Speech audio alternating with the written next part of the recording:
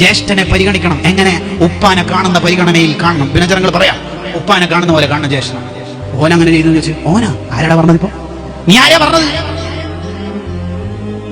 ഇരട്ടകളായി ജനിച്ച രണ്ട് മഹാന്മാർ, അതിലെ ഇളയ മഹാന് പറയാ, ഞാൻ ഇന്നേ വരെ എന്റെ ജ്യേഷ്ഠന്റെ കൂടെ നടന്നിട്ടില്ല, ഇന്ന് വരെ. എന്താ കാരണം? ഇത്രയും കൊല്ലത്തിനിടയിൽ ഞാൻ എന്റെ ഇക്കാക്കയുടെ വേക്കിലല്ലാതെ നടന്നിട്ടില്ല എന്ന് പറയാൻ കാരണം എന്താ? എന്നോട് എന്റെ ചെറിയ പ്രായത്തിൽ തന്നെ ഉമ്മ പറഞ്ഞതിന് ജ്യേഷ്ഠനാന്നുള്ള ബോധം വേണം. ഇതാണ് ഉമ്മി ഉപ്പി പഠിപ്പിച്ചു കൊടുക്കണം. അവര് വലിയ വയസ്സിന്റെ വ്യത്യാസം, ചെറിയ 3 വയസ്സിന്റെ വ്യത്യാസമേ ഉള്ളൂ. ജ്യേഷ്ഠൻ എന്താ വിളിച്ചത്? ജ്യേഷ്ഠത്തിനെ നമ്മൾ എങ്ങനെയാ കാണേണ്ടത്?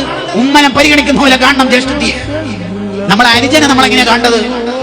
അനുജൻ ഒരു ഷോപ്പ് തുടങ്ങി പൊട്ടിപ്പോയി, ബിസിനസ് പൊട്ടി. ജ്യേഷ്ഠന്റെ പരിഗണന എന്താ വേണ്ടത്?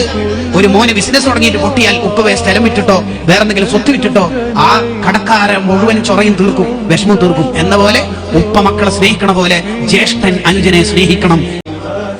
ഈ കെട്ടകാലത്ത് നമ്മളൊക്കെ അറിയേണ്ട, നമ്മുടെ ഓരോ രക്ഷിതാക്കളും നമ്മുടെ മക്കളിൽ പാലിക്കേണ്ട, പഠിപ്പിച്ചു കൊടുക്കേണ്ട ഒരു അദബാണ് ജ്യേഷ്ഠാനുജന്മാർ തമ്മിലുള്ള ബഹുമാനവും ആദരവും എന്ന് പറയുന്നത്. കഴിഞ്ഞ കാലത്ത് അതുണ്ടായിരുന്നു.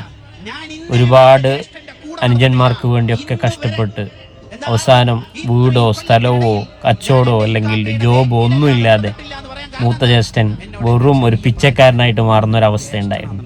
പക്ഷെ അതല്ല സത്യത്തിൽ, മറിച്ച് വലിയൊരു ബന്ധത്തിനുടമയായി നല്ല സ്നേഹബന്ധത്തോടെ നല്ല ആദരവോടെ കാണുകയും ഉപ്പയുടെ സ്ഥാനത്ത് ജ്യേഷ്ഠനെ വെക്കാനും സാധിക്കണം.